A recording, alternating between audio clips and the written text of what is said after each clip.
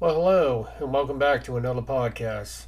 My name is Scott Herview, and I'm with Scott Herview Outdoors. It's been a long while since I've done one of these podcasts.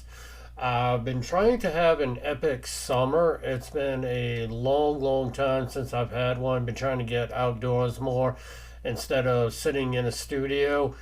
As you know, last year we've had just days and days of 100-degree heat and a severe drought, which limited the campfires, which limited a lot of the camping stuff. This year, it's been the exact opposite. We have had so much rain.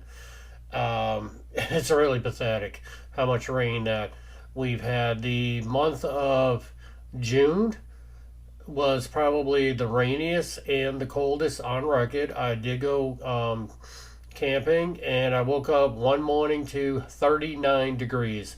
If you follow my YouTube channel, you've probably seen 3 days of camping, 2 nights where I was testing a bunch of new gear. I slept one night in the tent. The second night, I slept in the SUV just to see if I could do it to do some more stealth camping. And I'm glad I did because I woke up to 39 degrees. So, yeah, been trying to get outside, have an epic summer, but that has just not been happening. So, if you're watching the video version of this podcast, you will notice the office is a little bit cleaner. If you follow my YouTube channel at all, you know that I have closed down a few of my online businesses. The economy is just not supporting it anymore. You know, I've talked about how they're now charging the designers who post our photography and artwork on products. They're charging us for listings. They're also charging us part of the shipping cost. And I kind of came to the conclusion after doing this since 2011, the last 12 years, that sitting in an office uploading photos and designing stuff for 8 to 10 hours a day on top of working a full-time 8-hour job, with the amount of sales that I was getting, just was not worth it anymore and not working out. Yeah, it's in the beginning, it started out good. I was making some money. The online businesses was actually paying for my outdoor adventures, but now with a lot of costs being shipped to the actual designer, and then since COVID, with a lot of the products being discontinued, not coming back, or there are other companies picking up those products and they're just not being the quality that they were, that sales have also dropped off, and it's just not equaling out anymore. I'm spending more time, more money on supplies than what the sales were actually giving me. So I shut down 3 of those businesses. I still got 2 of them. I still got my Zazzle site, my Society 6, and I began moving a lot of my photography over to my actual website, which is sherviewphotography.com. Show you that right here. If you're watching the video version, I've got on my website where you can go in, pick the image that you want, and then you can go ahead and pick the product that you want, whether it be artwork to hang on your walls, blankets, keychains, Christmas ornaments, or whatever. So, yeah, that's kind of where we stand right now. My main focus is going to be pretty much going forward YouTube.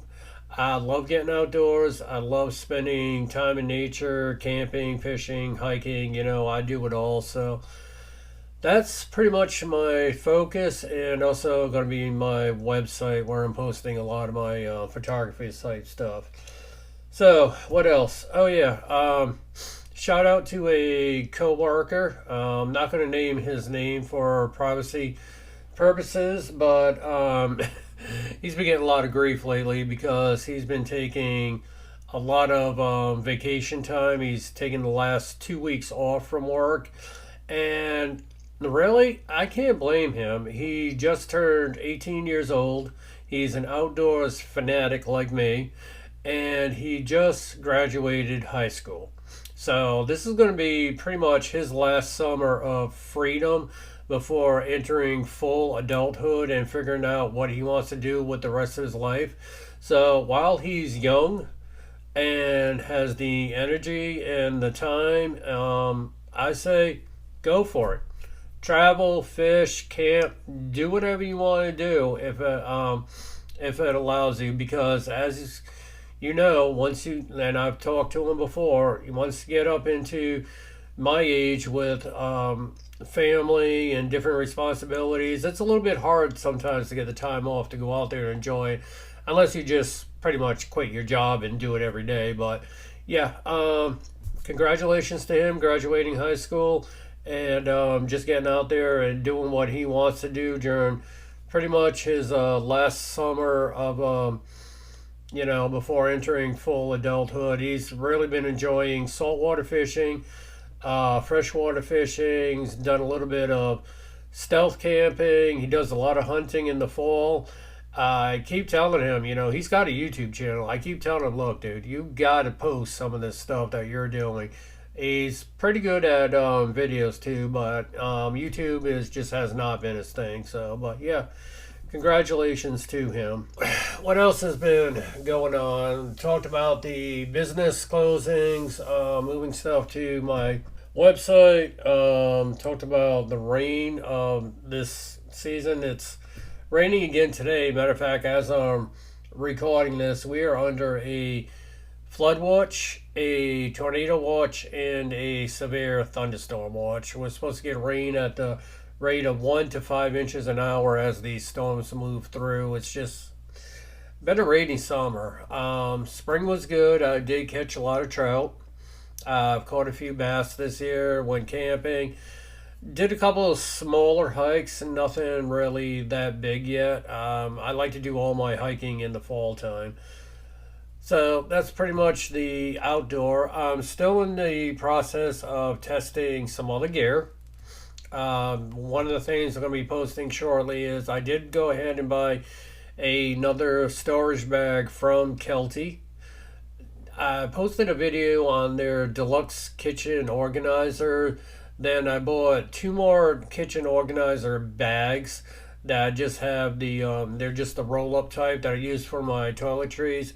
And I just got the big duffel bag version with the cubes in it, which I'm going to be doing a video on shortly, to organize all my gear. Because basically, I just want to get to the point that I'm just not packing anymore. I'm just grabbing stuff, putting it in the car, and going.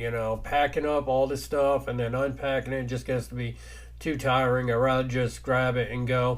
Can't leave it in my vehicle because my vehicle is my daily driver, so I do use it for other things. But with that, also been cleaning out a bunch of my outdoor gear. If it's not my go-to when I'm packing up and camping, in other words, it's not what I first grab, I'm pretty much just going to get rid of it, because if I'm not grabbing it first, that means I'm not using it, either because it just does not fit what I'm doing, or it's just too cumbersome or time consuming to pack up and use. So yeah, I'm just getting rid of it. So hence why you might see a little bit of mess over there and behind me. It's because I'm pulling everything out of the attic, out of the closets, just going through it, just getting rid of it, plus the supplies of the businesses that I have been closing. Let's see, what else has been going on this summer and spring. Working full time in sporting goods still, working, selling kayaks, camping, firearms, all that good stuff. Economy's changed a little bit there too, seeing changes in that business and what we get in for supplies, but that's my full-time job.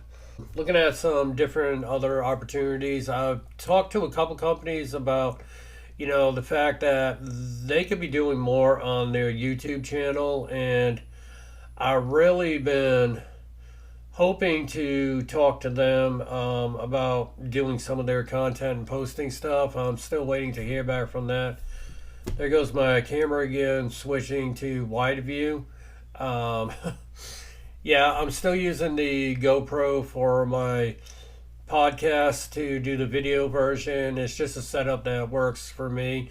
I did get a new GoPro for outdoor activity, and that thing's great. I mean, it's 5K. Stabilization, unbelievable. Colorization is unbelievable. That GoPro is just really working out for me. I did get the Creator Edition, so it has the media mod, which has an external mic with a little bit of a foam wind guard on. It's not as good as the Dead Cats, but it's a little bit of foam wind guard. It really helps out the audio on it. It's got the Volta grip. Have a little trouble with the Volta grip. Sometimes my GoPro does not want to record when it's connected to it, but it does extend the battery life. I've got probably about 5 batteries for it. I've still got my Sony ZV-1, which I Frankensteined and totally rigged out for my long-term base camp type videos and other type of videos I do.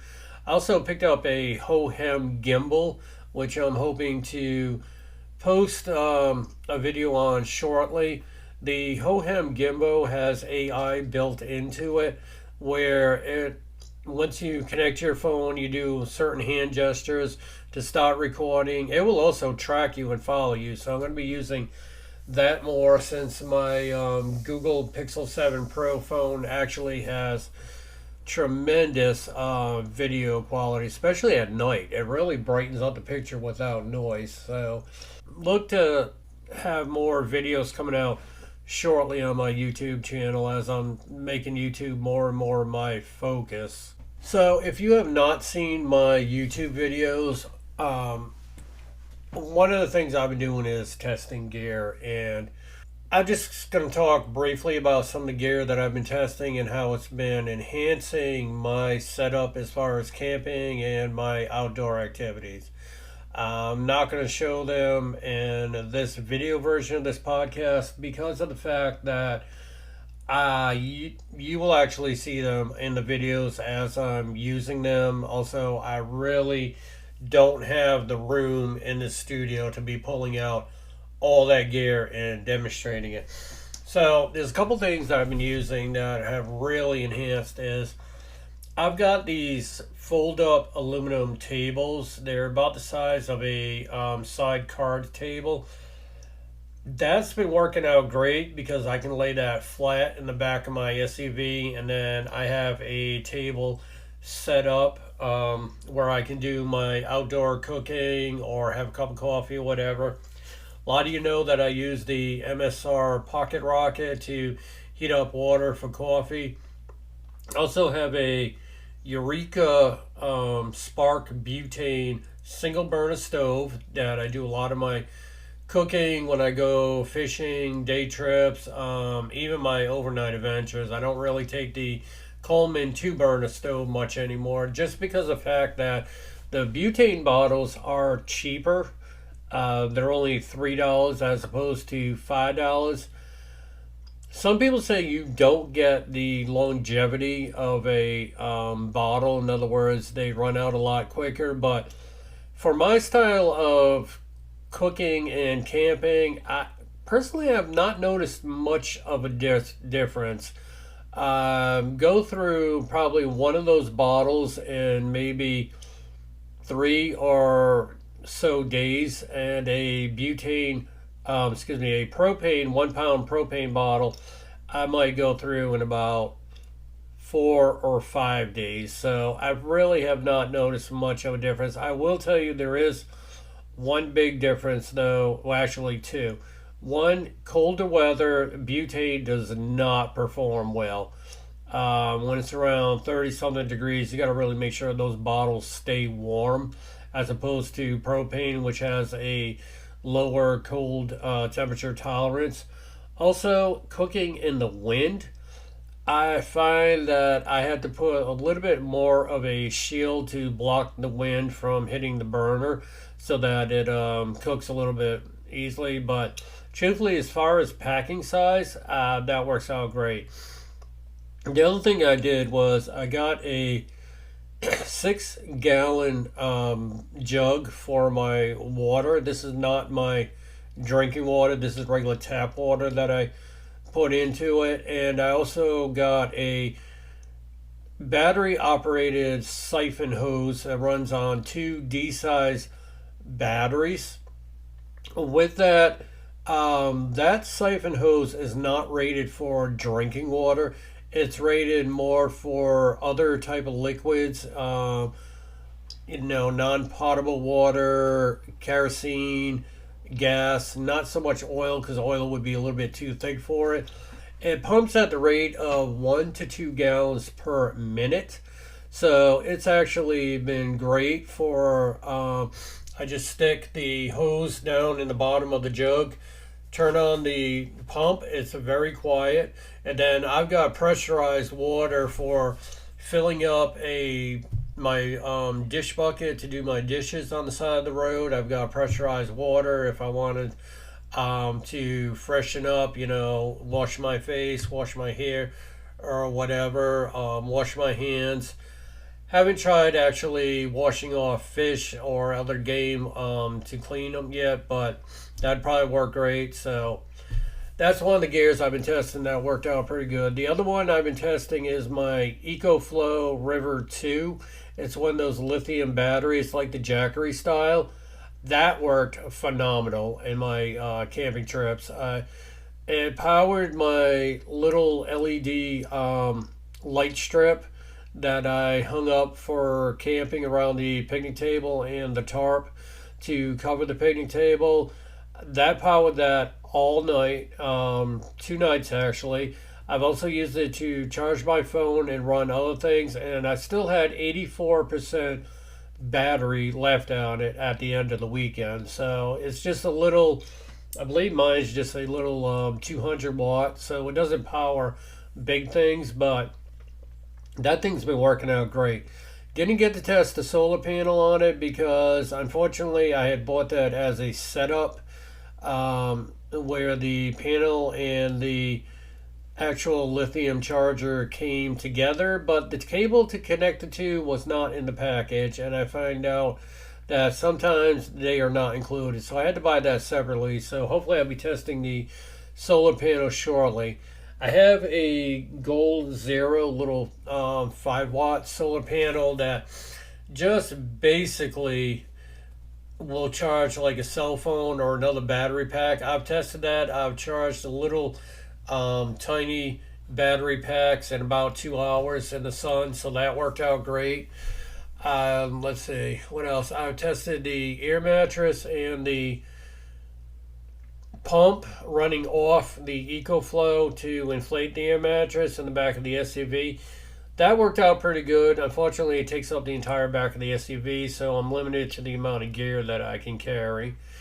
So yeah, I mean, if I wanted to pretty much camp out in the SUV, which is probably going to be my plan more as fall starts coming around, because I have not tested out a fan on some of these muggy nights, although I do have a couple car fans that will probably provide some air circulation. And I've also have not tested out my Mr. Buddy heater, which would be too big for the SUV anyway. But I think a lot of the gear that I have now actually will be working out as far as sleeping in the back of the SUV. I still like to tent camp, but the SUV is another option, especially in rainy weather like we're having, because I really do not like packing up in the rain at all. The other thing I've been doing is I've been switching up a lot of the type of fishing I've been doing. I'm still doing freshwater and saltwater fishing. Kind of want to get away from having all these plastic worms. Come to find out, the plastic worms are really bad for the environment because they don't break down. I found a lot of worms, just on the side of lakes, on the banks. I found a few in the water. There was a video. I think John Brolin or John B. Rowland, his YouTube channel is just John B now. He's with the Guggen Squad. He posted on Instagram that he actually saved a bass. He caught a bass. When he went to take his lure out of his mouth, he noticed that it had a Cinco worm stuck down his throat and into his stomach, and the bass was kind of malnutrition from not eating because that worm was stuck. It didn't have a hook on it. It was just a worm that it came off. So he was able to get the worm out and save that fish. So it got me thinking about, how much plastic worms we're leaving behind. So I've been switching more to the hot plastic lures, and I really want to get into just strictly fly fishing. I know I may catch a lot more panfish as opposed to the bigger bass, but because flies are actually made out of stuff that's more natural and break down quicker, like feathers, various thread material. I'm trying to stay away from the plastic and the UV types of flies. Plus, your hooks will rust and break down and disintegrate a lot quicker. Trying to get more into flies, fly fishing. Great thing about fly fishing is everything you catch feels like a 10-pounder on a fly rod. So I know I may end up catching a lot more panfish. I may end up not catching as much bass. So I was able to pick up off of Facebook Marketplace a 8-weight fly reel and also an 8-weight fly rod. The rod is 9 feet in length. It's a 2-piece. I don't like the 3-piece. I'd rather have the 2-piece. So that's going to be a little interesting trying to cast from a kayak. But yeah, I'm going to try it out. I got some bass flies. Hopefully I'll be doing a video on that shortly. If we ever have some days where it's not like totally rainy and totally windy. So yeah, I've been going to look at getting back into tying my own flies. I've got a bunch of fly tying material. The other thing I'm also going to try is some bucktail type lures, which is pretty much a heavy head, a hook, and then fly like streaming material coming out of it. So I'm going to get into more fishing with bucktails and rooster tails as it's more natural. Also, the great thing about switching to fishing with that is I won't be carrying around these huge tackle boxes. I've got several smaller tackle boxes because I fish on the kayak. More or less, I'll be just carrying around these little trays that are like totally loaded with different stuff. So, looking forward to getting into more and more fly fishing, which will open up more streams and rivers for me. Down here in southern New England, the water's a little bit too warm to support trout, but there are other fish. I'm hoping to do some more travel up to Vermont, New Hampshire, and Maine, but I've got to get my vehicle looked at. So, speaking of getting my vehicle looked at, with this being a daily driver, I pretty much considered I am not going to do a total build out on it. There are some stuff that I wanted to do, which I don't know. I kind of been thinking about whether or not I want to go ahead and do that. There's a couple things. It would make probably my camping a little bit easier. Plus, when I drive on dirt roads, it would make it a lot easier. And having a dedicated solar setup in it for charging and running some of my devices. But here's the thing with that. If I do anything, I want it to be totally removable so that I can transfer it to another vehicle. Up here in New England just destroys vehicles. Our roads are so full of potholes that it just eats your rims, it just eats your suspension. I recently had to put rear shocks in it, plus the amount of salt use in the wintertime and with a lot of rain. Plus, occasionally driving down to the coast with the salt air, we have a lot of, body rot. The vehicle I have right now is kind of okay, considering it's a 2008, which makes it about 16 years old because it's been garaged a lot. But I'm noticing that the doors, the back fender, and especially the rear bumper is developing some body rot, and I'm not sure if it's something I really want to put the money to and address, considering that I'm getting rust and rot all over the entire vehicle. Versus one or two spots here and there. I know I'm probably going to have to eventually do something so I don't get the rust holes. The other thing is I've already had to replace the rear shocks in it. And also there's something now going on with the front end where when I step on the brakes, the steering wheel shakes that I got to get it looked at. So considering the age of the vehicle, the fact that it has 90 something thousand miles on it, and also starting to develop some rot and other stuff. I'm not really sure that I want to do a build out on this versus just kind of like keeping up with the repairs and keep using it for my adventures. So anything I do with it is going to be removable. Also, with testing the gear and everything, I found that I have limited room anyway, so a build out would not work. I've tried different things that may or may not work. There's some stuff that I've already done that I've already removed. Like I have a gun rack or a fishing pole holder that it will not allow me to hang my fishing poles on the inside because of the way the window design is.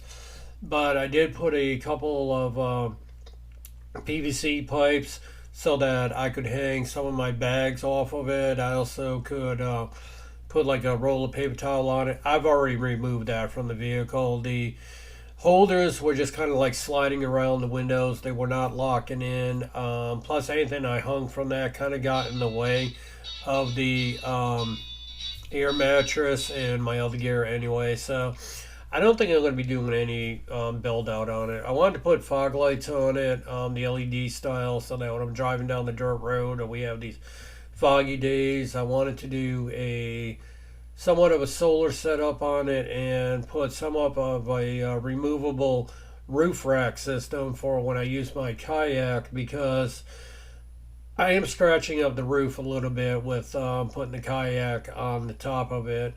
Even though I use the foam blocks, I'm short, so I got to put the kayak up. Then I've got to go around, lift up part of the kayak, put the foam block, lift up the other part, and put the foam block. So I've been kind of thinking what I've been doing, going to be doing with that. So that's the reason why I have not made a video on the HHR as far as a tour of it or any build out or anything. It's just a stock HHR right now that, I just put down the seats, put my gear in, and go. So on my YouTube channel, my podcast, and my videos and stuff, I really do not discuss politics, as you know. Try to stay out of it just because of the comments and everything that goes on. But I want to talk a little bit about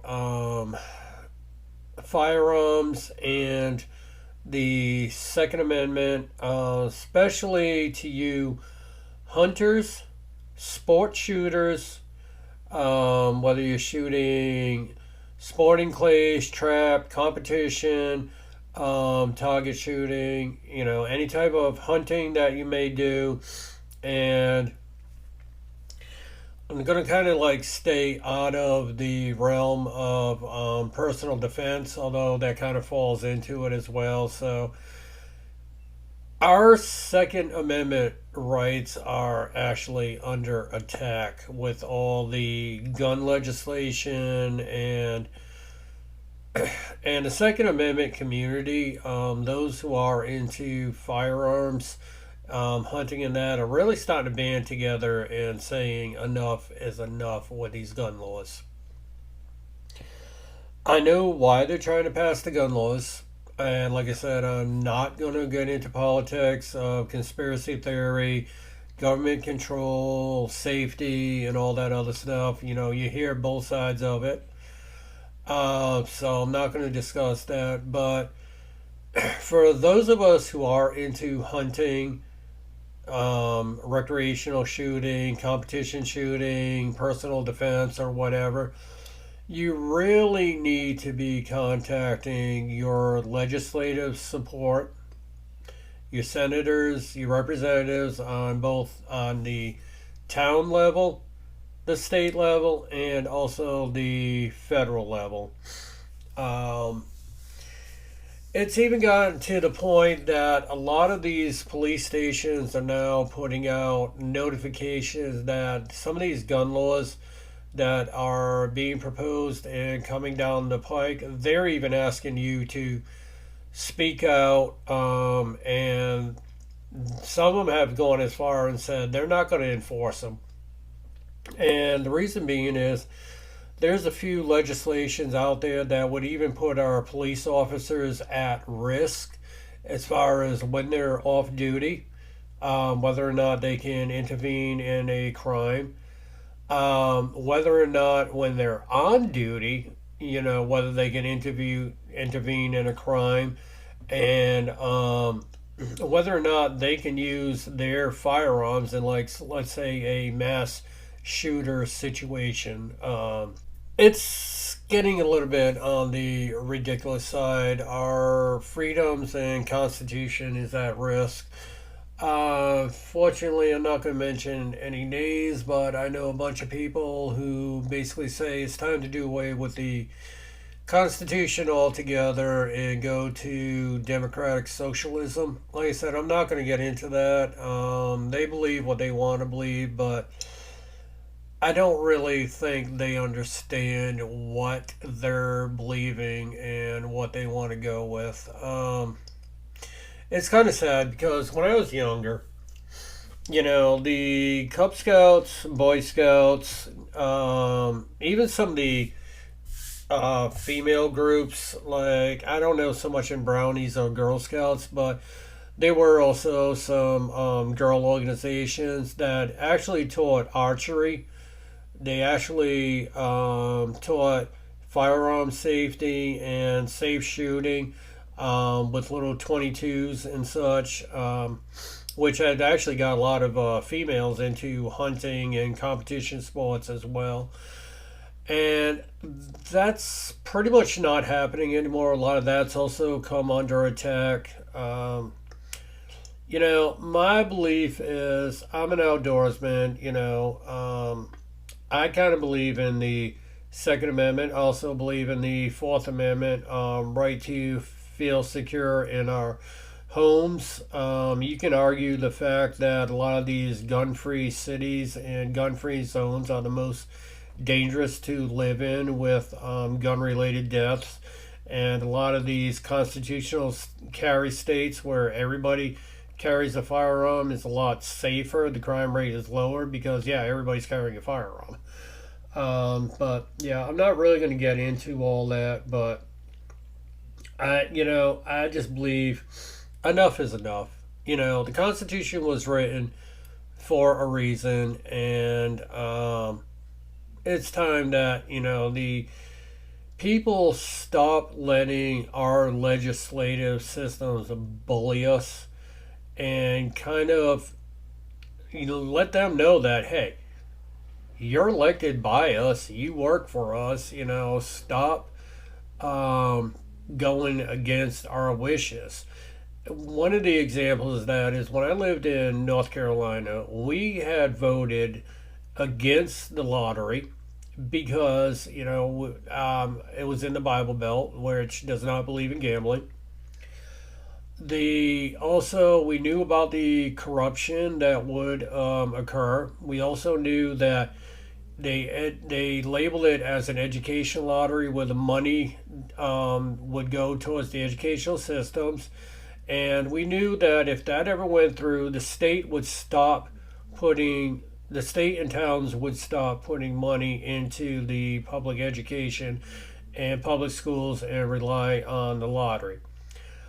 Before the first ticket was even sold, the states did that. Now, here's the thing, we voted against it. The lottery was shot down, it was not passed, but a year later, the legislative body went through and put the lottery in anyway against the citizens' wishes.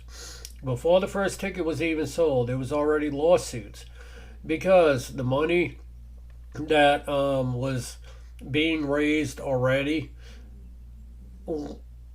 or the proposed money, I should say, was not going to be allocated towards the school system. It was going to be allocated to running the program and a lot of the administrative stuff. And they were luckily if they were going to see 1/10 of that money in the school systems. And unfortunately, it's proven true. The other thing is this led to a lot of gambling problems and just a lot of fights within the state government as far as the school systems just not getting the funding that they were promised. So, yeah, there's that. The other thing is we had voted for town water. And the reason being is a lot of us had wells, but in the area we lived in during the summer, a lot of the wells were shallow. Mine was deep enough that it never went dry, but in the times of drought, I would have a lot of sediment in my water and a lot of pink algae. Matter of fact, my dogs would not even drink the water. So even though it tested clean, if your animal will not drink the water, then there is something wrong. A lot of people had wells that were contaminated. So we voted for city water in our town.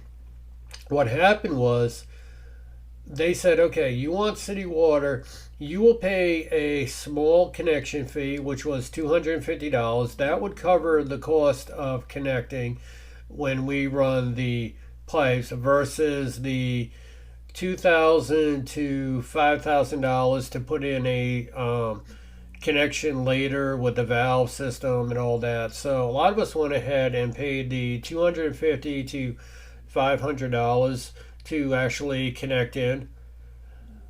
It's been 5 years, and I eventually left. I moved on to another area.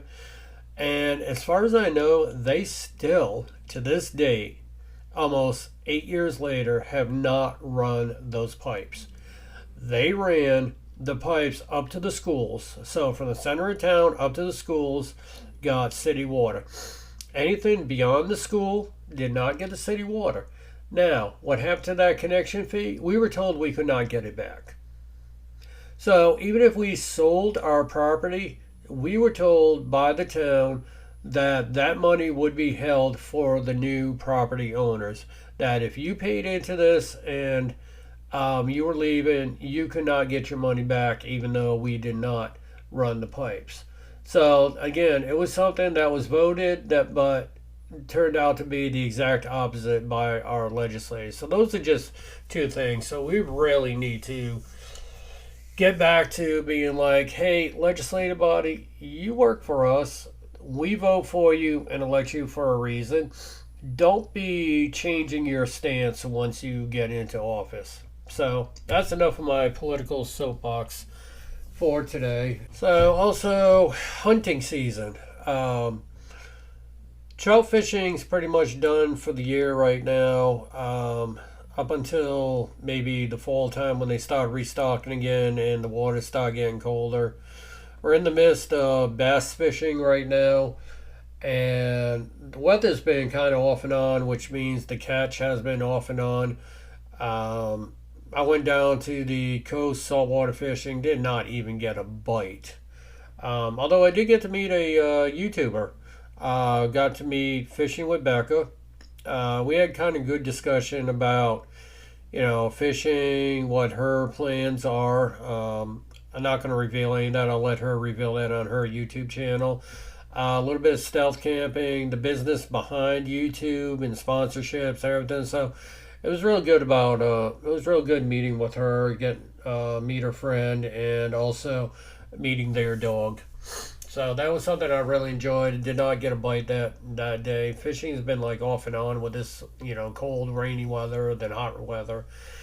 Hunting season is going to be coming up in a few short months. It's hard to believe we're about a month and a half away from small game season and the start of archery for deer already.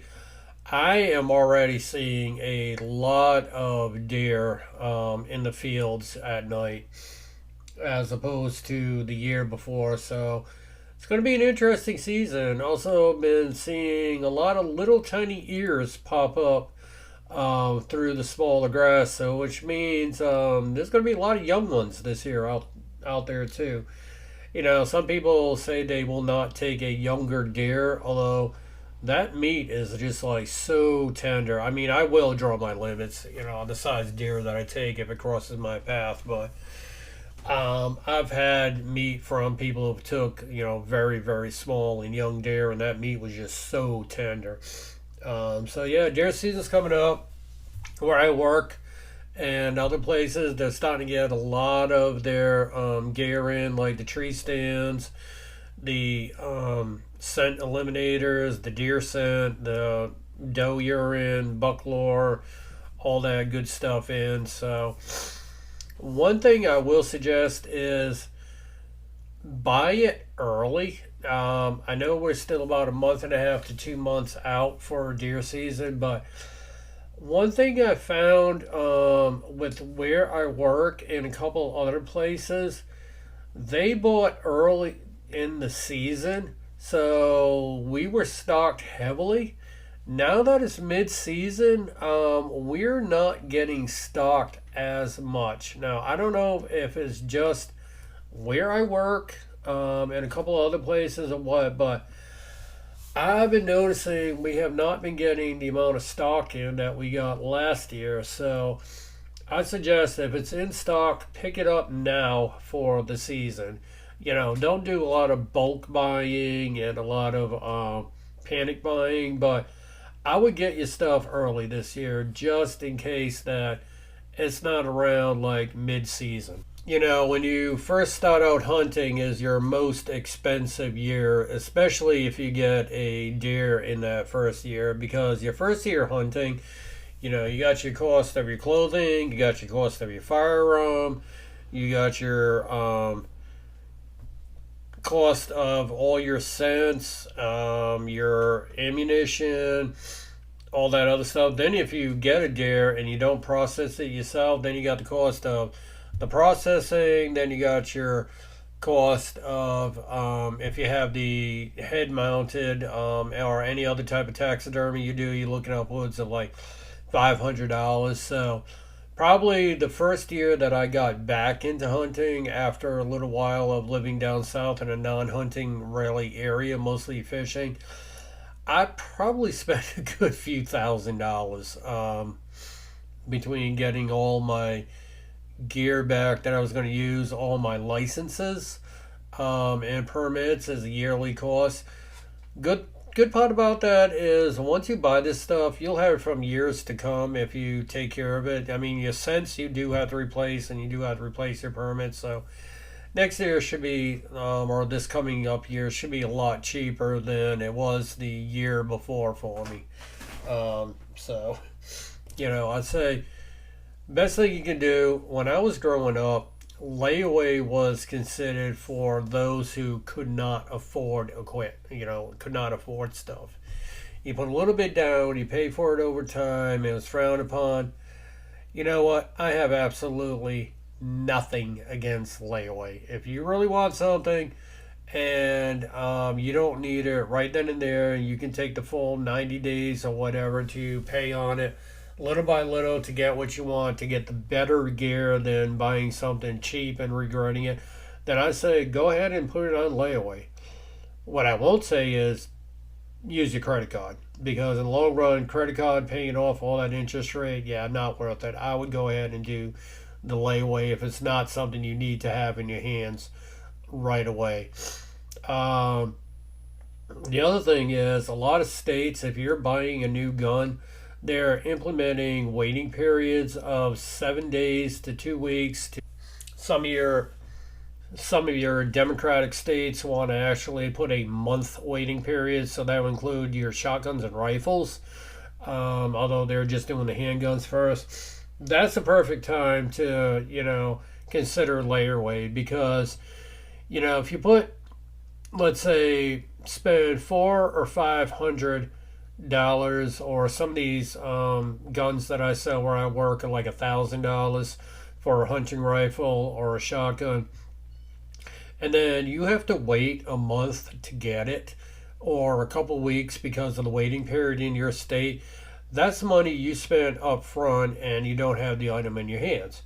Whereas if you just put the 20% down and then don't pay it off until your waiting period is over, which in Rhode Island I can legally do. I can go in, put a firearm on layaway, pay whatever the requirement down is, 20, 25%, 30%, wait my 7 day waiting period, and then just pay it off after my waiting period is over with. That's perfectly legal, and that's not money that I have tied up for an item I do not have in my hands. So, layaway is something to consider. I am not against using layaway at all. Um, I've started getting some new equipment for maintaining some of my different gear. Some of it was costly, and it's like, I need this equipment, but yet I cannot justify the cost right now. So what I did was, because I could not justify the cost right now, but it was something I really gear or stuff for maintaining my gear that I really need, but yet it wasn't going to get used for a little bit until later in the season. I went ahead and took advantage of layaway. The item went on sale. I put the 20% down. I took a few weeks, little by little, so I was not paying that big expense out of pocket right away.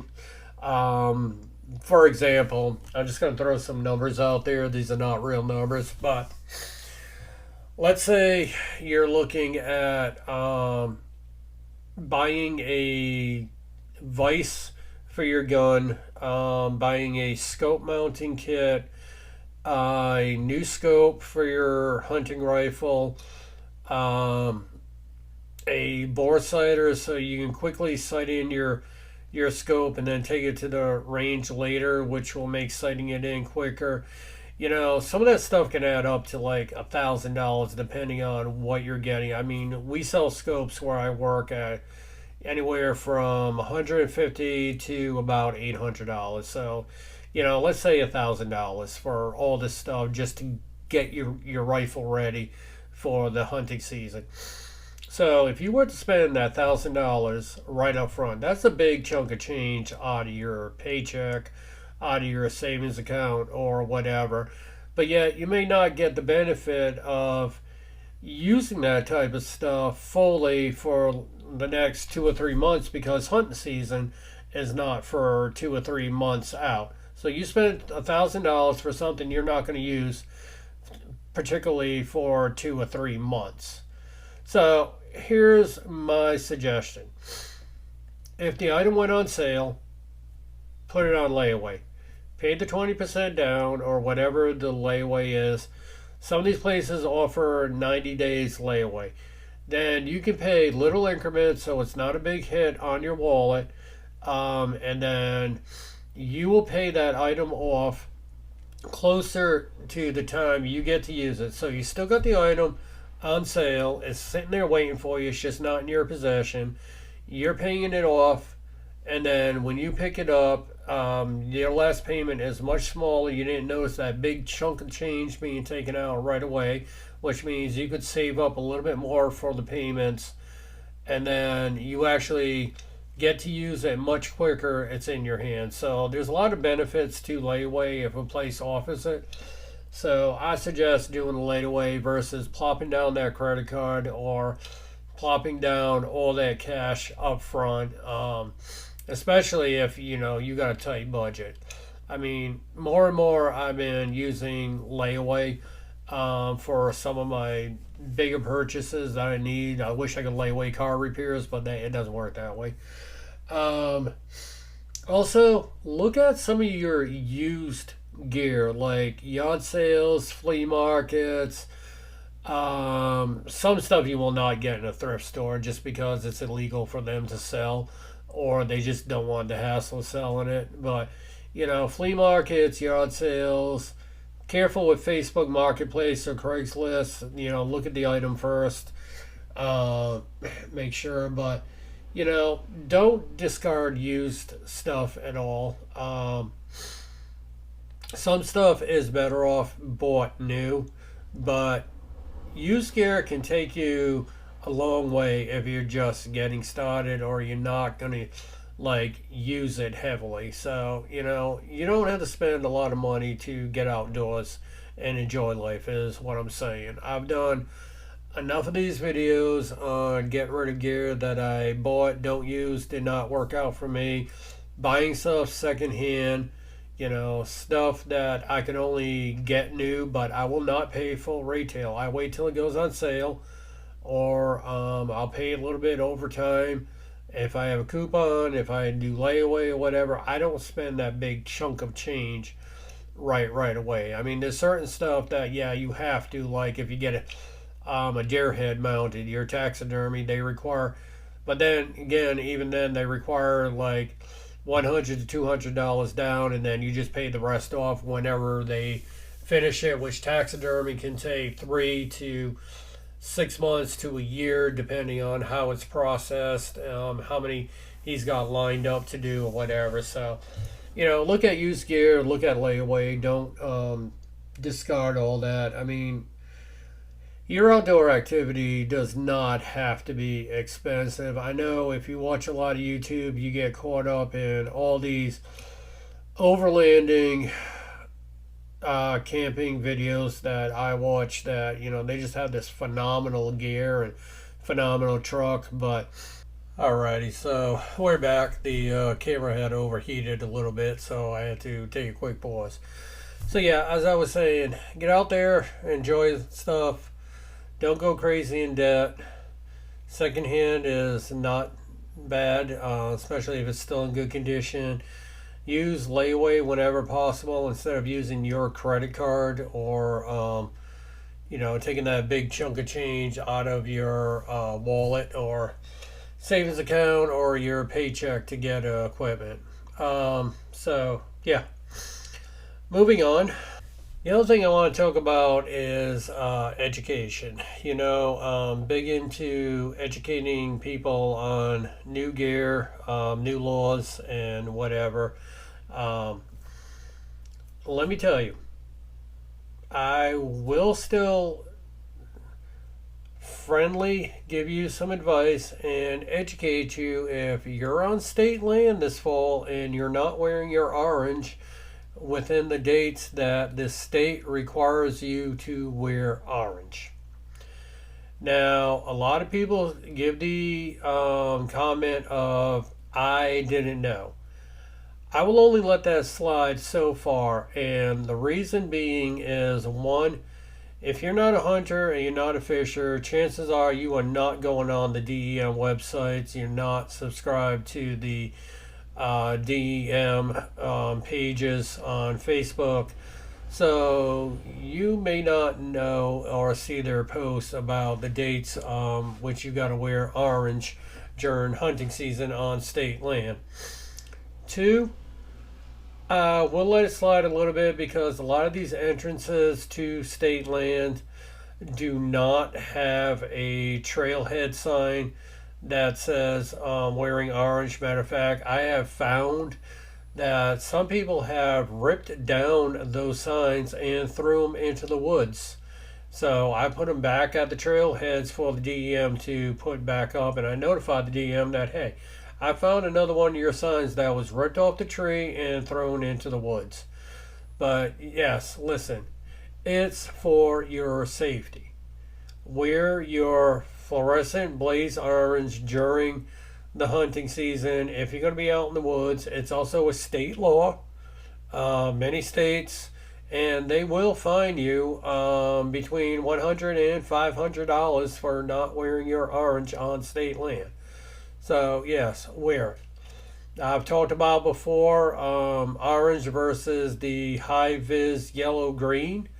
Which one you see better? To my eyes, it would go more towards the high vis versus the orange, but right now the orange is the law. Second of all, thing I want to educate you on, I know it's the middle of summer and a lot of you have been out boating and stuff already, but here's the thing.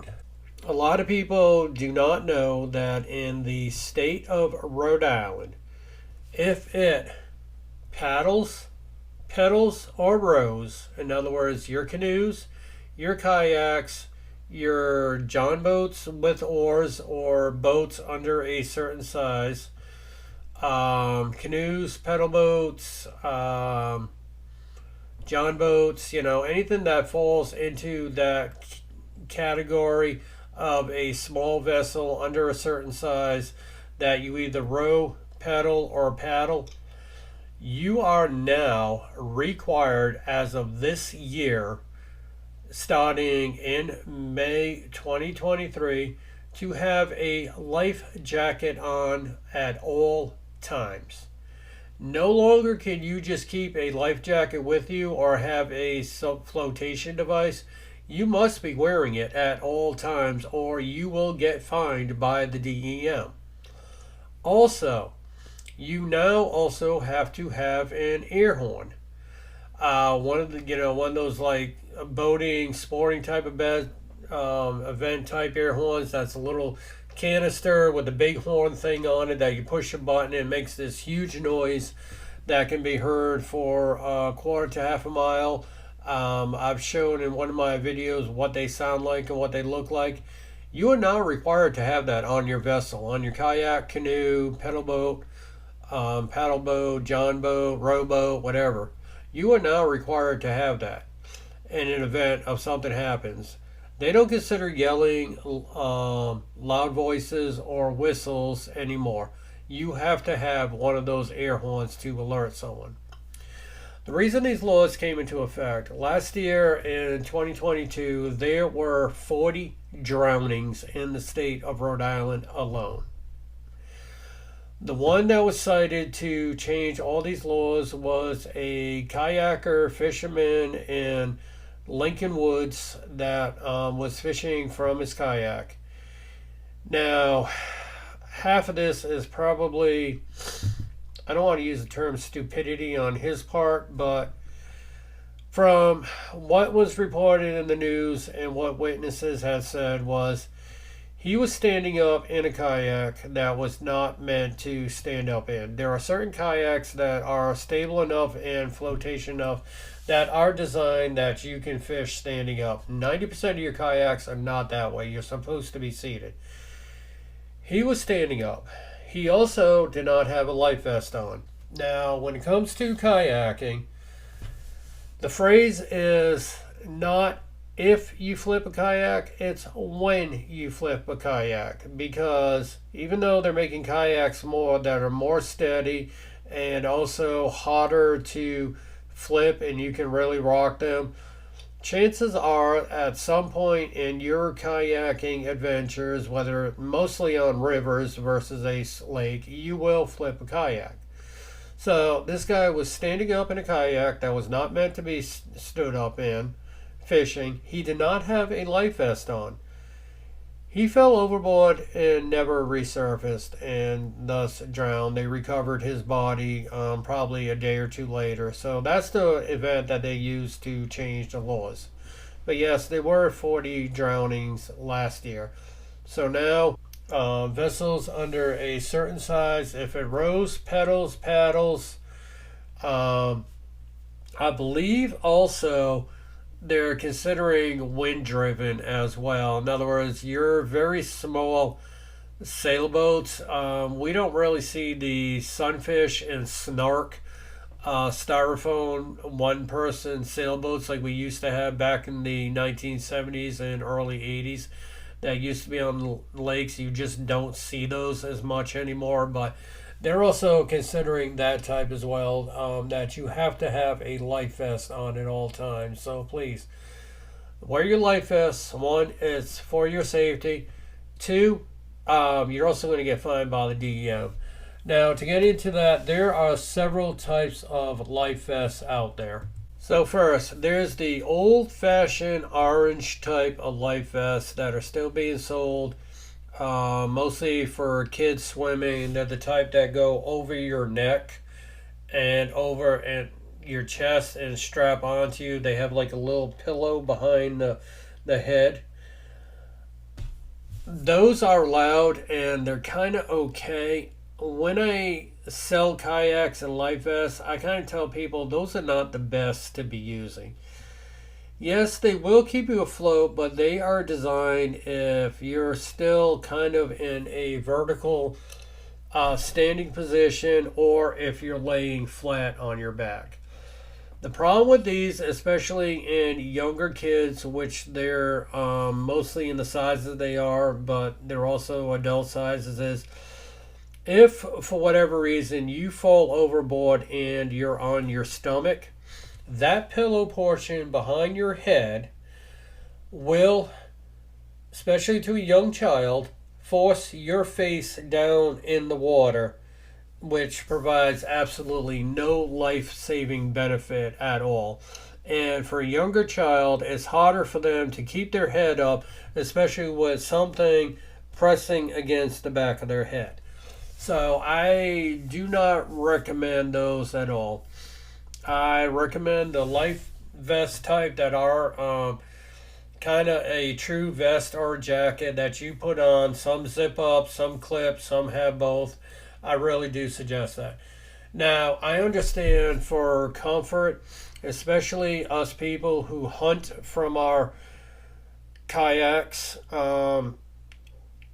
us people who use kayaks a lot and fish from our kayaks. The problem with a regular life vest is when you sit down, it will ride up, and then you're left with that vest hitting you in the throat and the chin, making you uncomfortable. I do have two versions of life vests. One, it's a little bit lower cut in the front by the neck and chest area so that when I sit down and it rides up, it's not hitting me in the chin and in the throat. They also make kayaking specific life vests, which I bought one. They're a little bit more expensive. I was lucky enough to work somewhere that actually had the camouflage ones that I can wear during hunting season. The reason why they're kayaking specific is they do not have the flotation material in the shoulders or around the neckline. They're just a regular mesh material in that area, kind of like a tank top or a t-shirt. That way there, if it does ride up, it's not going to hit you. All the flotation is in the lower chest, stomach area, and on your back. It will still provide the flotation you need, so you can float either on your stomach, on your back, on your side. You don't have to worry about those orange ones with the pillows pushing down on your head and neck and keeping your face in the water. You don't have to worry about when you sit down in your kayak, the thing riding up on you, because they're a little shorter on the torso and they're more like a shirt material up around the neck area. Those are preferred by kayakers, especially if you're going to be out on the water for long periods of time. Also, if you're going to hunt from your kayak or fish from your kayak, those are a lot comfortable. So I just got a new one that was camouflage. I still wear my other blue one during the summer months, but I did get the other one in a size that was one or two sizes too big for me, so that I can actually put it over a jacket for when I'm duck and goose hunting this year. So yes, wear your life vests. They are required by law. Have an air horn. They are required by law. You don't have to worry about not being comfortable anymore with the styles out there, because there are many styles of life vests out there, and they do make them for kayaking. If you're going to go in the ocean at all, I do suggest, and again, they also make them in a kayaking version, a self-inflating one. Now, by self-inflating, I mean they do have a CO2 cartridge that you can either pull a ripcord. A lot of divers use them. There are two versions. One, they're totally deflated and provide no flotation at all until you pull that ripcord and it inflates. Um, or they also have the type that as soon as it gets wet and hits the water, it inflates, which is good for if you're boating and not diving. Where if you're on a boat, it feels like you're just wearing a regular shirt because basically that's what it is. But as soon as it gets wet, that CO2 cartridge is activated and it blows up and provides flotation. They do also make them in a kayaking style where they have a little bit of flotation, not much, but they will blow up extra when that CO2 cartridge is activated. So there are many, many options out there today. Price range, depending on what you're looking at and what I actually sell in the store that I work at. Life vests range anywhere from $20 all the way up to $100 depending on how they're equipped, the flotation, and the style. So there's absolutely no reason that you cannot find a flotation device in your comfort and budget.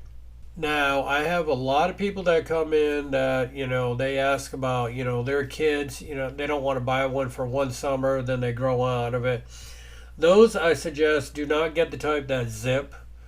Get the type that have the adjustable straps. That way they'll last them for a couple of years. But you do got to realize also with youth life vests, they will outgrow the flotation in it.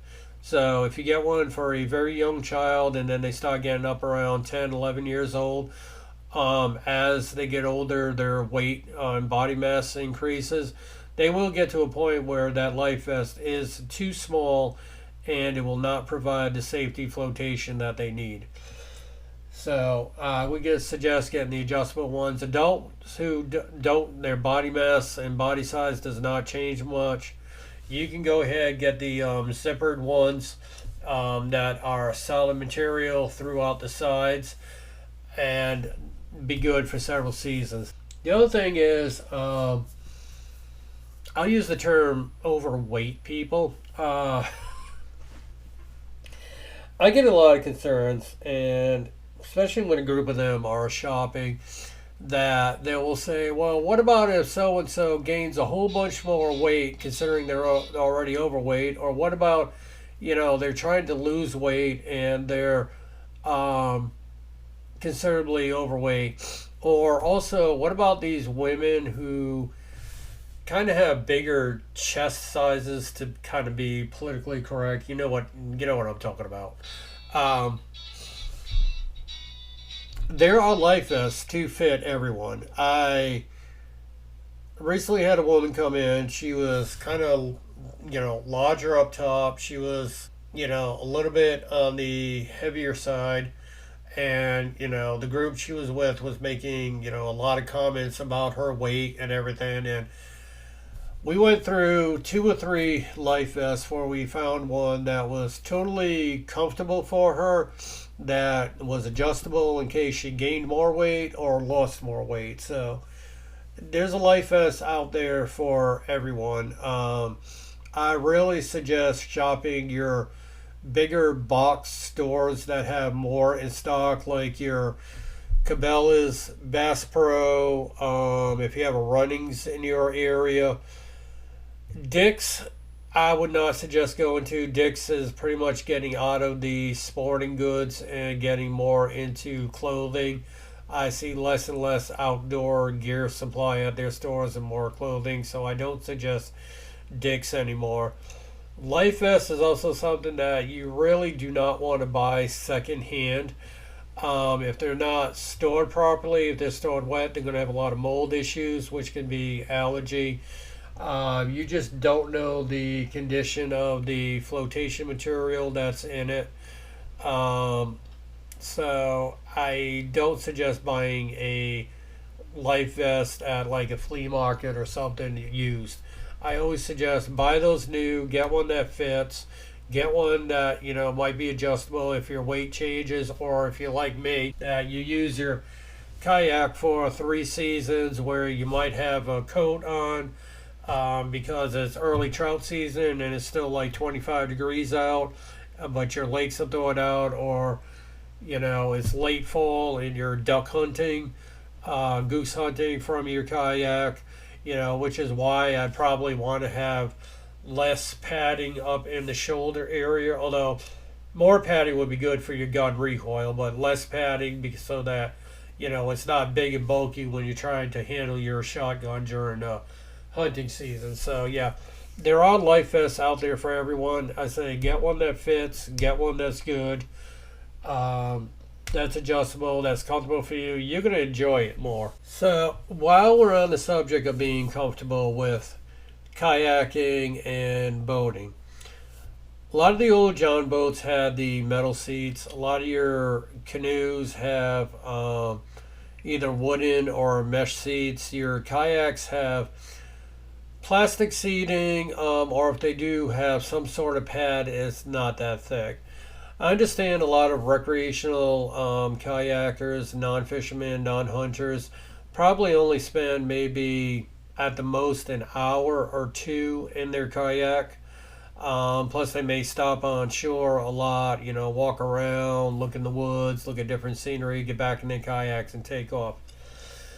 If you're a heavy fisherman like I am, or you do a lot of hunting from your kayak, chances are you're going to be spending anywhere from 4 to 8 hours in your kayak straight. And those seats do not provide a lot of padding or any padding at all in your butt, rear end, bum, whatever you want to call it, is going to get sore. You're sitting on hard plastic, wood, mesh, very little padding. So you're going to not be comfortable for long periods of time. My suggesting is, so in order to be more comfortable, you do want to head over to your local Cabela's, Bass Pro Shop, Runnings, or various hunting store and get yourself a seat cushion. Head over to the hunting department. They make various foam cushions that fit perfectly in the seat area of your kayak. Vanish makes one that's about 2 to 3 inches thick. I've put that in my kayak. It fits perfectly in the seat area. I can strap it in the back so that it does not fall out. I've been able to sit on that thing for about 5 to 7 hours straight without my butt cheeks getting sore. Literally, I can sit that long in my kayak. Without it and just the plastic seating with a little type of pads, I was lucky to go maybe an hour or two before my butt would end up getting sore. So I suggest getting one of those pads. It can also be used as a flotation device in an emergency to provide extra flotation in addition to wearing your life vest. So yeah, those foam pads work out great if you're going to be in your kayak long term. I suggest getting them for your rowboats, your paddle boats, your canoes, or whatever to just sit on. I mean, there's a reason why they make them, because hunters spend a long time in their tree stands sitting waiting for that deer to come by. It could be hours, and you don't want to be moving around. They work great in the kayaks too. They also work great for your knees if you're out gardening. So yeah, just head over there and pick up one of those. So yeah, with summer being in full swing, the other thing is, let's talk about campfire safety. And this is also from experience. When you're done with your campfire, whether you let it burn out or you actually put water on top of it or dirt on top of it to put the fire out, please remember that no matter how much you put on it, the ground still gets hot. So fires can start burning underground, catching roots on fire, peat moss, or whatever. That's why most of your campgrounds, they will go ahead and they'll put about a foot or two deep of beach sand in the fire pit, where you're going to have your fire, so that there's no flammable materials around it.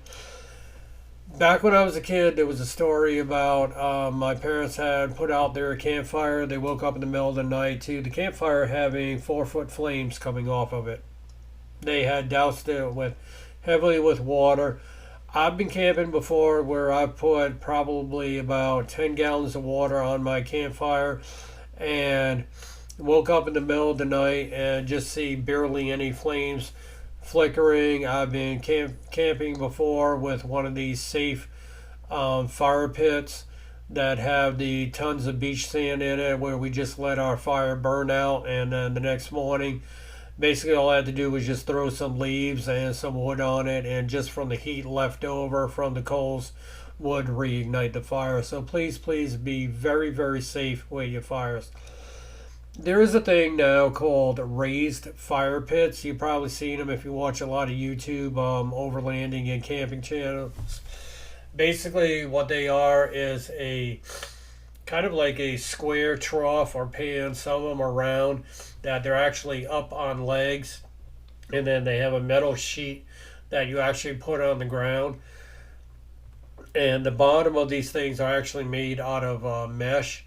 There's two good things about those. One, you get the airflow from underneath. This way here, you get a better, cleaner burning fire with less smoke. Two, it does not heat up the ground underneath of it, so you're not going to like catch any roots, peat moss, or whatever on fire.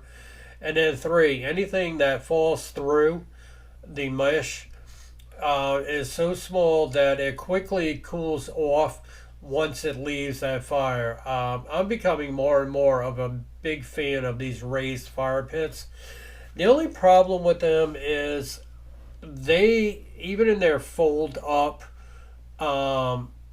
storing portion, they can still be kind of bulky to store and transport.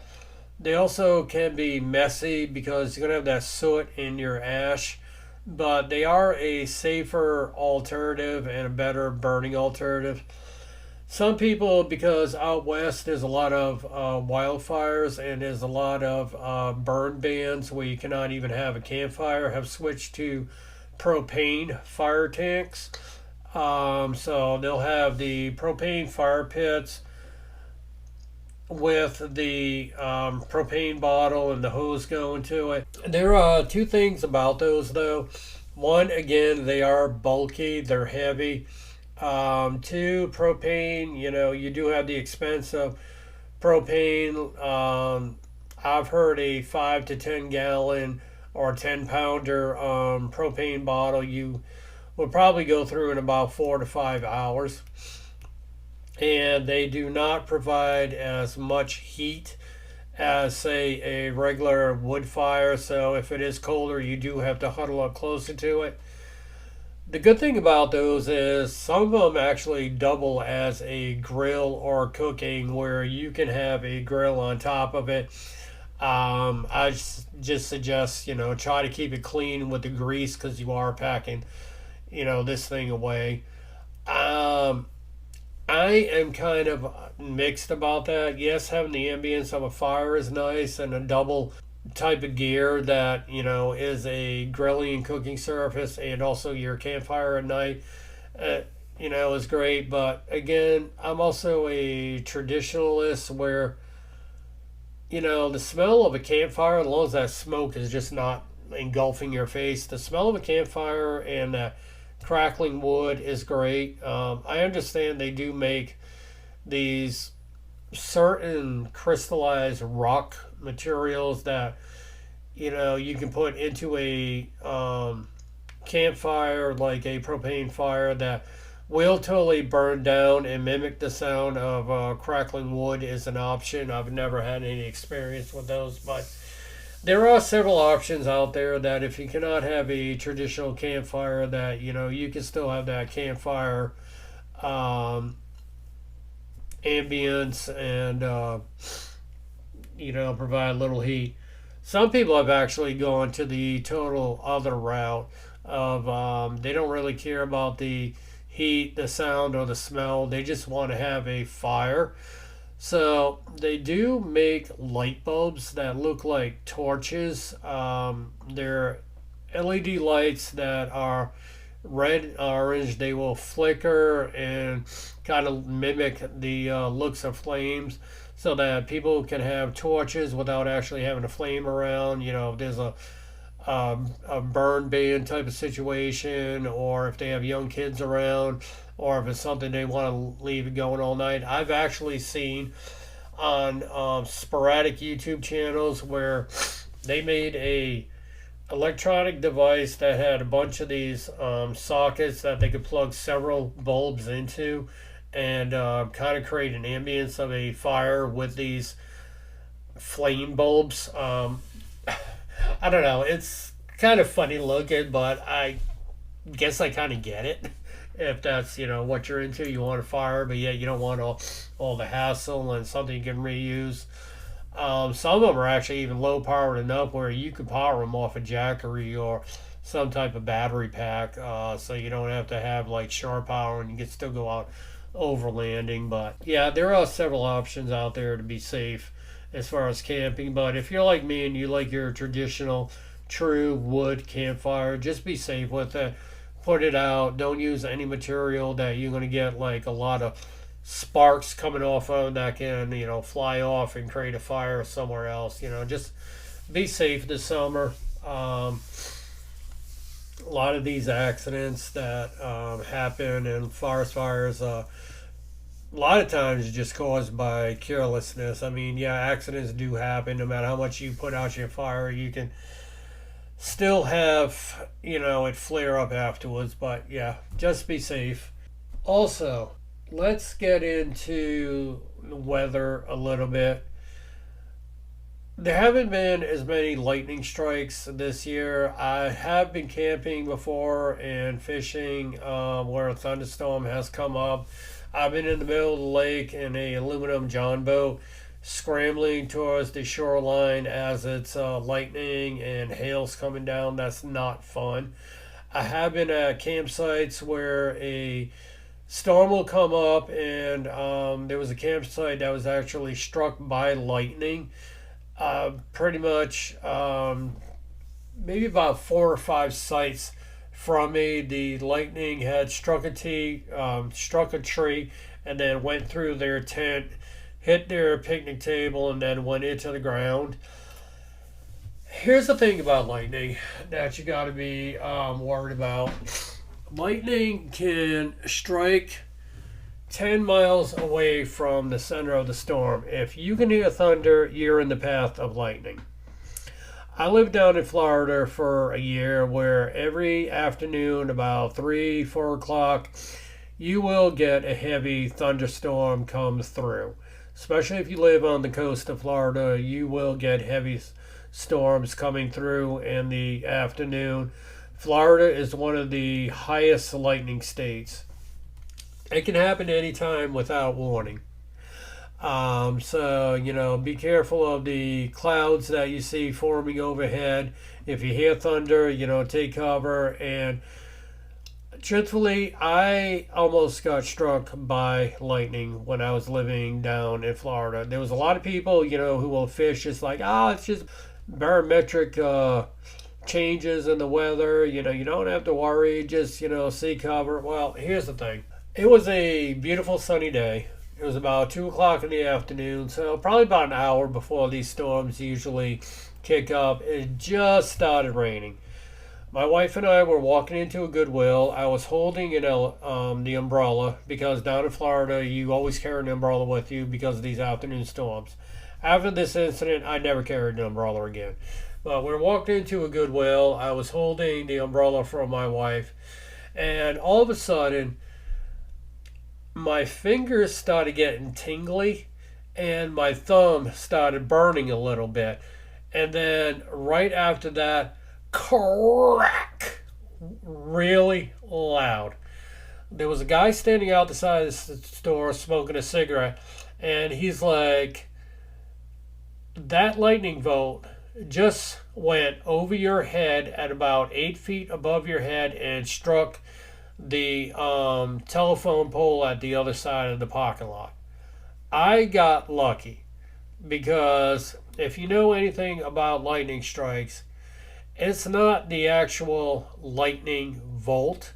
It's what happens beforehand that you actually see that volt. That volt is the after effects of everything that's already heated up with the electricity. So the fact that my fingers were tingling and my thumbs started burning a little bit meant that that electricity had already hit me, but it was actually, I was lucky it was actually at a low rate, and then the volt struck 8 feet above my head.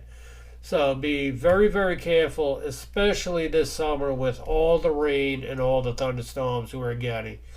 If you see dark clouds, take cover. If it starts raining, take cover. If you hear thunder, definitely take cover. Do not wait for that storm to be right overhead. Another thing with wind, if it starts getting breezy, trees will come down if the soil is very, very saturated. We had a basically almost like a hurricane come through Christmas Eve, and I showed in one of my videos when all the trees and branches that come down and how big they are. I have been out hunting in 30-mile-an-hour winds. It's coming out of the woods as it was starting to get windy, and branches were starting to calm down. I have been trout fishing with just barely a light breeze and a big huge branch come down next to me. Any sort of breeze at all, take cover. There are things called widowmakers for a reason. If you notice any dead branches above you, or any trees that look dead, or anything that looks like it's starting to rot, even if it doesn't look that way, but if it's just a branch on a tree that has no leaves, stay away from it. We had a pine tree in our yard that was kind of in good health that we decided to go ahead and have topped out because it was just getting too big, and we were concerned about any branches coming down in a storm. We noticed a little tiny hole in the bottom, and my mom was like, I got a feeling that hole is not good and it's ants. They had took off so much branches anyways and topping this tree, there was no way it was going to live. So we decided to go ahead and have the whole entire tree taken down. That tree that looked healthy, the whole inside of it was all eaten out with ants. That tree was basically hollow with maybe a quarter of an inch of wood left around the whole exterior perimeter. That tree was getting ready to come down in a big storm. So, just because a tree looks healthy, I've shown in videos before where I was hiking, why these healthy trees fall is because the inside has been eaten out by termites. There has been disease, so the outside of the tree looks healthy, still has leaves on it, but yet the inside of the tree is hollow, making those trees weak. So be very, very careful around trees when the wind is blowing, especially as these gusts kick up, and especially with the amount of rain we've been getting this summer with the soil being so saturated and stuff. Safety first. Let's keep safety in mind. So while we're on the subject of safety, let's also talk a little bit about situational awareness. I know I'm covering a lot of topics today, but there's a lot of things we got to take into consideration when we're out in nature or even out in society. So let's take this time to talk about situational awareness. Get your heads out of your phones when you're out there. I don't know how much I can say other than the fact of I've seen people trip, fall, walk into things with their heads being buried in their phones. But Here's the thing. There was a YouTube video that was put out by a law enforcement organization. What they did was they took 6 or 7 prisoners that were incarcerated for violent crimes and theft. They put them in a room and they just played a city scene. And they said, out of this scene, which of these people would you consider to be people you would target? It did not matter race or ethnicity, background of their victim. It did not matter if they were dressed in a suit. It did not matter if they were homeless. It did not matter if they were just an everyday person, a mom with kids, a big burly guy. These are the reasons that these prisoners gave that they would actually target. One, people looking down into their cell phones are an easy target because they're not paying attention to what's going on around them and they can easily sneak up on them. Two, people that are too busy not keeping an eye on what's around them, but kind of like window shopping, looking into stores, talking with other people and such, just not paying attention to what's going on around them. Those are your most easy targets and why people would target them. It wasn't so much that they may have been dressed in flashy clothes, showing a lot of jewelry, carrying camera equipment. Most of it is just people just not being aware that made them an easy target. When I was camping at one of my places, I was getting ready to pack up and go to sleep for the night. I kept hearing a noise around my campsite, and I always pay attention anyways because you never know if a wild animal is going to come to your campsite or somebody's going to walk up on your campsite, but I kept hearing a noise. Unfortunately, the flashlight I had in my hand at the time basically just lit up the trees and didn't provide a beam.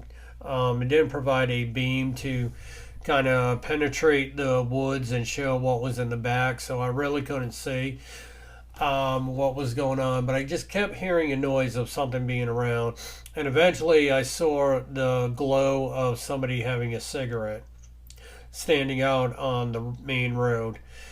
So there was basically no threat because he came up to me and said, "Hi, I'm camping across the street from you. I just want to know if you've seen my fiance. She left the campsite probably about 45 minutes ago and hasn't returned." So, I asked, well, what direction did she go off in? Did you go looking down in that direction, and such? And he said, yeah, but he did not know where she was. She was not in the restroom with the flush toilets because he said he went down there and he called out to her. Don't know where this woman went, but anyway, I kind of my suspicion was up a little bit. So I kind of kept watch, kept something handy in case I had to defend myself. But it turns out about 10 or 15 minutes after he talked to me, she did come walking up the street from the direction that he said she went in. And he began, having discussions with her about, where have you been? I've been looking for you. I'm looking like a fool standing out in the middle of a street. 'Cause I could hear them talking because they were still like right outside my campsite. And, so I kind of like kept watch all night. Nothing happened. It was, totally innocent. But, who knows? That could have been somebody who was actually stalking my website. The situation could have been totally different. He could have made up a story. Luckily he didn't. He was telling the truth, and yeah, she had been going for a while. She eventually did come back, and he started questioning her. But you got to start thinking about it. What if that wasn't the situation? What if he was lying? And stalking my campsite. See what gear I had. So kind of be aware of your situation, safety first and everything. I had my hand on my 6-inch knife that I always carry, and I also had my cell phone in my hand with my thumb over the emergency dial button, just in case this was not true. And I will tell you something about a lot of campsites. Privately owned ones do get patrolled a lot. What I found about state campsites is if it's a busy weekend and the the campsites are basically full, especially a holiday weekend, those park rangers, and I've heard complaint about park rangers being, kind of like up your butt, very intrusive. Those park rangers are patrolling every 15 to 20 minutes. You see them come by, they will literally pull onto your campsite, find out what you're doing and everything. After the weekend is over, especially a big holiday weekend, and everybody's packed up going, you will be lucky if a ranger comes through every 3 to 4 to 5 hours. You'd be surprised how less they actually patrol.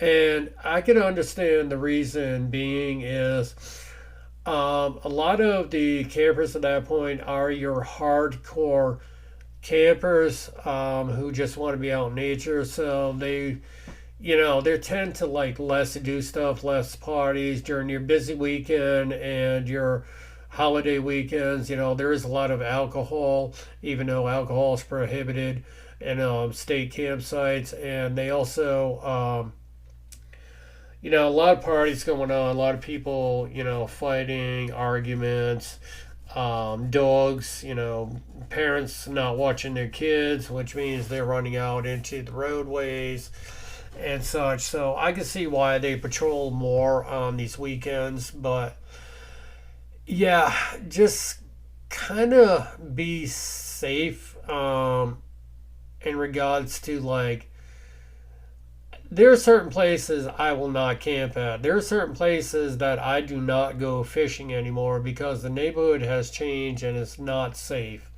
Even though I have maybe a knife on me because I'm fishing or whatever. Don't want to get into a situation where if ever I pursue getting a handgun and a license to carry, I don't want to get into a situation where I'm forced to use it. But also at the same time, a lot of stuff is changing. Ever since COVID 3 years ago, a lot of people are grumpy. A lot of people are entitled. A lot of people are just plain out rude. A lot has changed and not for the better. So just kind of be aware. And there's a lot more people who are getting out now. They're sick of working. They're sick of the way the companies have treated them. They are sick of being cooped up in the house. They just want to be outside more, out in nature. So,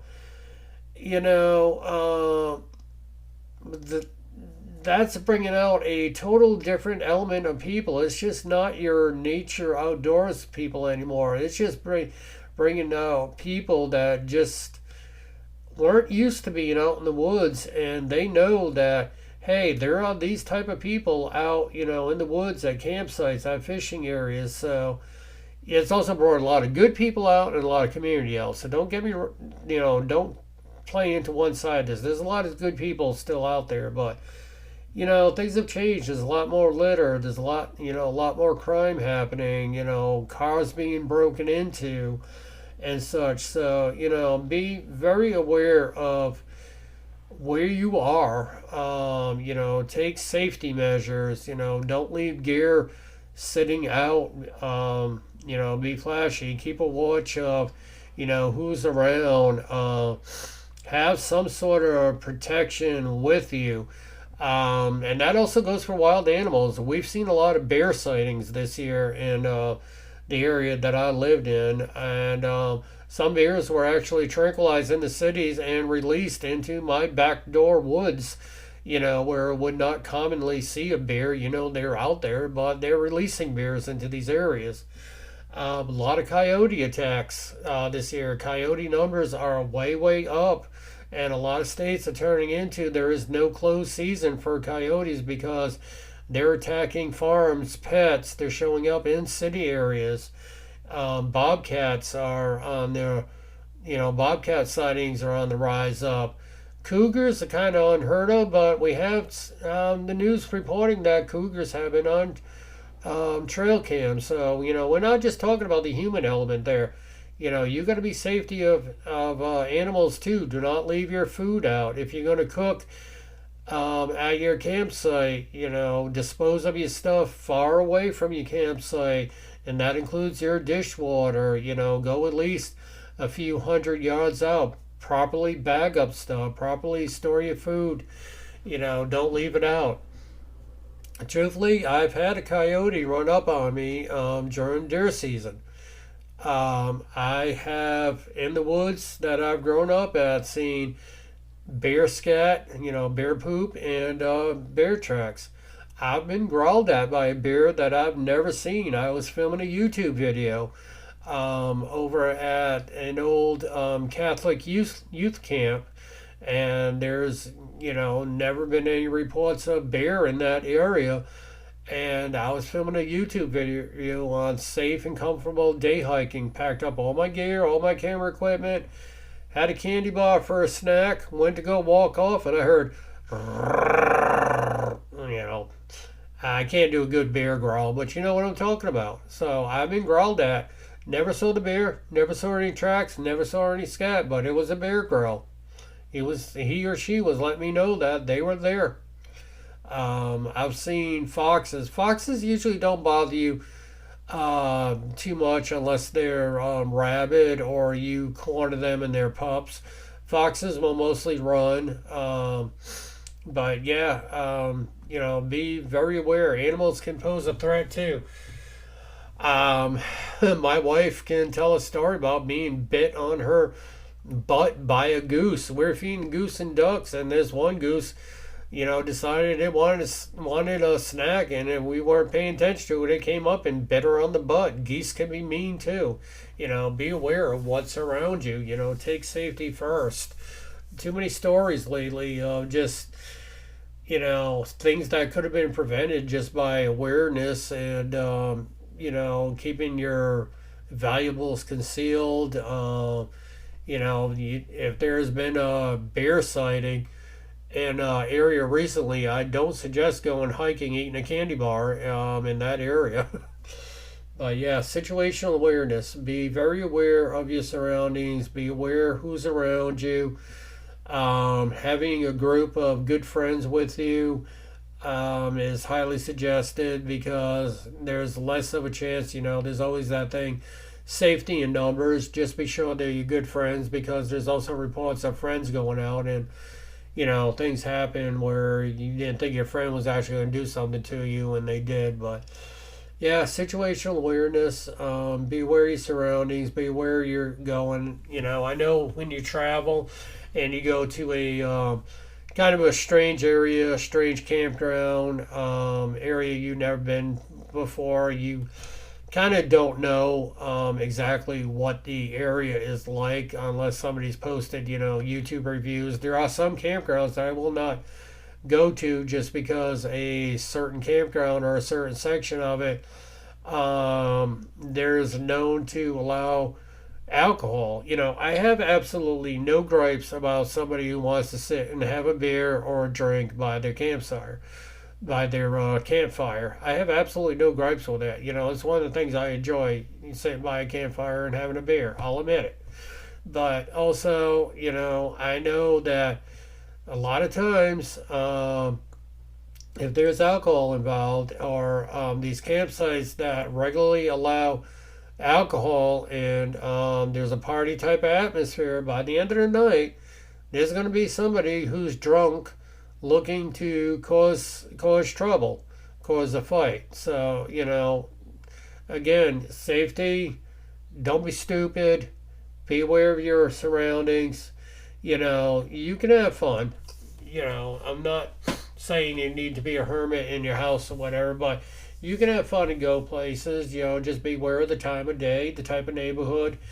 And, if there are people saying what goes on there, just take it into consideration. It's sad there's a couple spots I can't fish anymore, but, I got tired of the trash, the heroin needles, and the other reports of other activity going on in that area. And yes, it is in the middle of a city that is actually on an ocean front. But I do not fish in that area anymore. If I do happen to see if things have changed, because it is right outside. Matter of fact, it's actually inside of a college campus that is patrolled.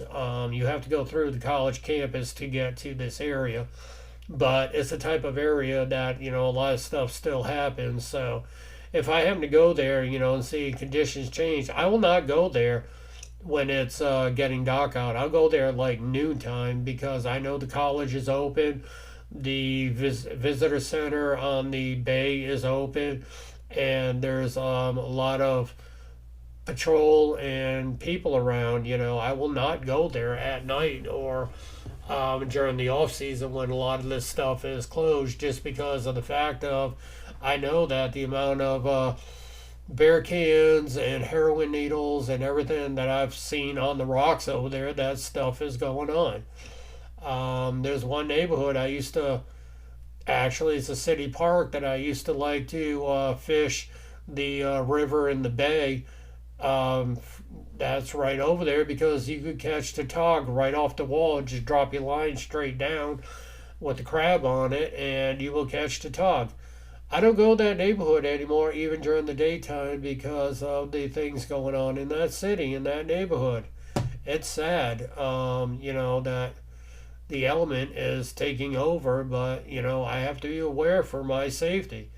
What comes first, my safety and enjoying the outdoors, or, my rights of like, hey, I still want to fish this area. Yes, I would still love to fish it, but unfortunately, right now, I cannot. So, situational awareness. I'm going to give a plug to a couple of local hunting and fishing stores. Mid-State Gun Company in East Greenwich, Coventry area, and also Big Bear Hunting and Fishing in Gloucester, Rhode Island. Those are two I know of in Rhode Island that regularly have situational awareness seminars that will teach you about these things, what to look for, if something happens, how to legally defend yourself. Um, and again, this goes to people who carry firearms. Just because your license does not mean that you can pull that firearm in a self defense situation. It may be your only choice, but you're still going to probably be charged with criminal intent if you even pull that firearm. Never mind if you have to fire it and defend yourself. And that also goes for using a knife and self defense. So, situational awareness, getting out of those situations, and also not putting yourself in that danger is the best bet to begin with. But if something does happen and you need to defend yourself, they will teach you the proper way and when to actually do that. I truly suggest taking a situational awareness. I know a lot of women carry mace, pepper spray, and pepper gel. I prefer pepper gel whenever I sell it because of the fact that it is heavier and it will not actually blow back in your own face if there's a breeze. But guys, I also suggest carrying pepper spray because things are changing. Start carrying that pepper gel if you're not gonna you know a lot of places it's illegal to carry a knife. It's illegal to carry a gun. It's illegal to carry a baseball bat, or they may consider you looking for trouble if you carry that. But carrying pepper spray or pepper gel, there is a type of firearm that's actually legal. It's non-lethal. It's probably the best thing that you can get. You can carry it in 48 states without a permit. California did make it illegal. Of course, California is making everything illegal. And New York did make it illegal because of New York City, which, I said in the past, upstate New York should just secede because it's totally different way of life, different thinking than New York City. But it is called a burner, a BYRNA. It is a CO2 powered pistol that will fire lead balls. It'll fire plastic balls that will break glass but not shatter. It will fire pepper spray balls, and it will also fire balls that are loaded with pepper spray and tear gas mixture. It is legal to carry without a permit in 48 states.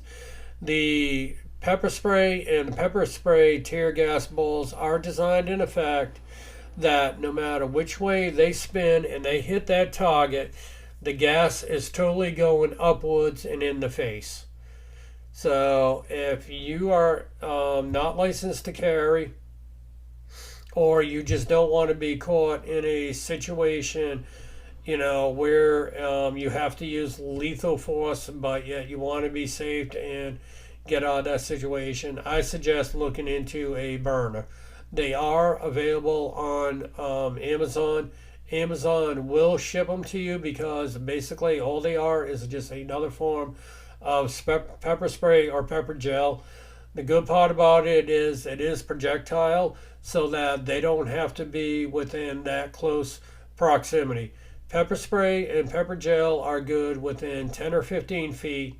But to me, if you're within 10 or 15 feet of an attacker, the chances of you still getting attacked, even after you spray that, are great. The other thing that works very well is bee and hornet spray. If you can get the small enough bottles that are not big, bulky, those things have a 30-foot range on them. And those are a very heavy stream because they're meant to spray at wasp and hornet nests. Hornet and bee spray is also very effective if you spray them in the eyes and stopping an attacker. Because I know Massachusetts, they used to consider pepper spray and mace a firearm, and you had to have a FID card or a firearm identification card to carry it. I've heard because of everything that's been happening on the college campuses, they have rescinded that, and now you are able to legally carry that and defend yourself. So yeah, there are measures to be safe and have a lot of fun out in the woods, even if you do not want to exercise your Second Amendment rights and legally carry a firearm. There are ways to totally be safe. And again, I also suggest, being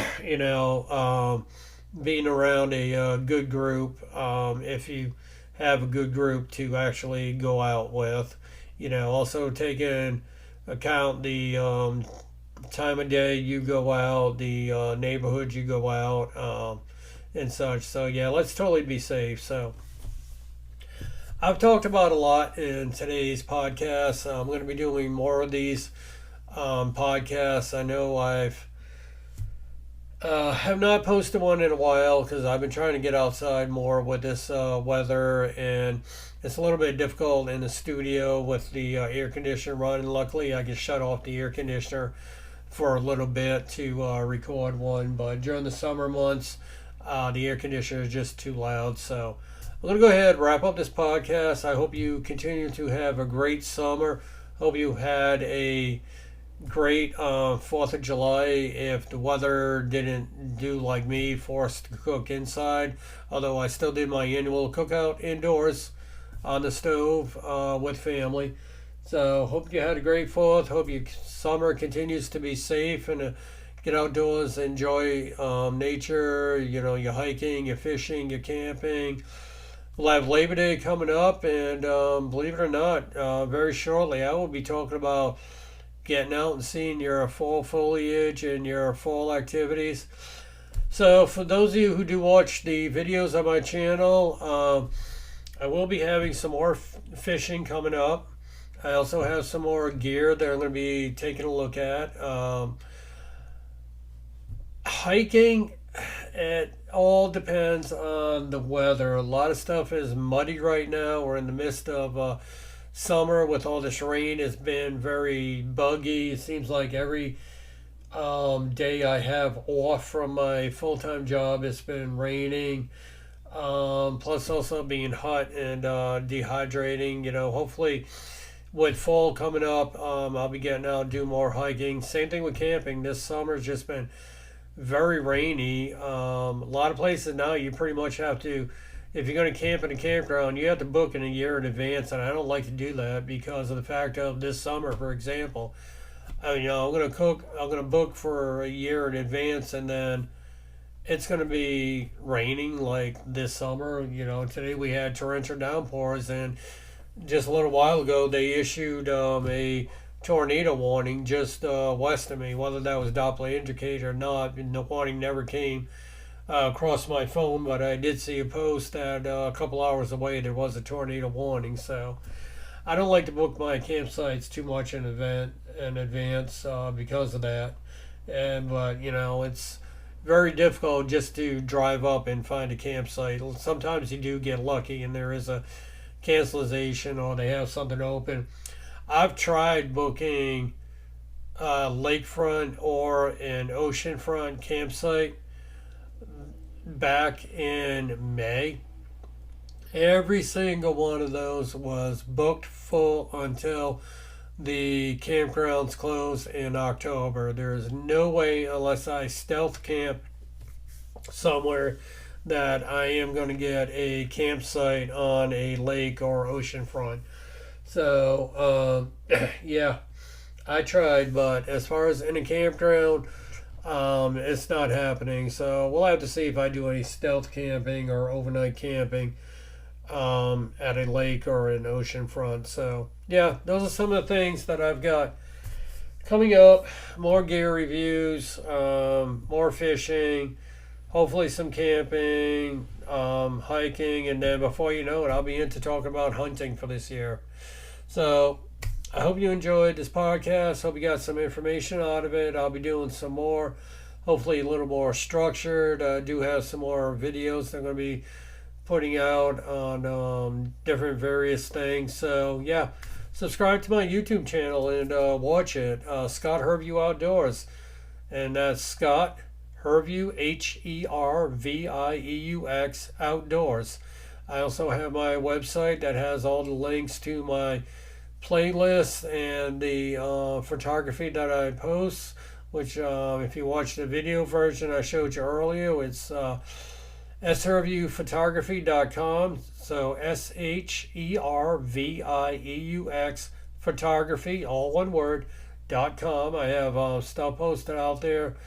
I'm also still selling stuff on Zazzle under the store name the Great Outdoors. I'm also still selling stuff for now on Society 6 under my name, Scott Herview. So, you know, I do have products still available, but more and more is going to be moved to the subset on my website that is being produced by a very quality photo printer out in California.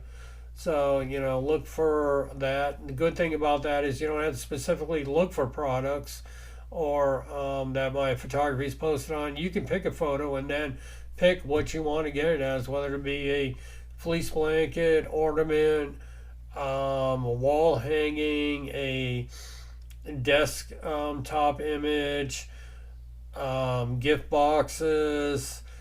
They even got the option of photo albums now where you can pick a bunch of photos and basically have a photo album. Have not worked on any published books recently. I still have the one out on Blurb that I did years ago, Lake Madam Mesquite.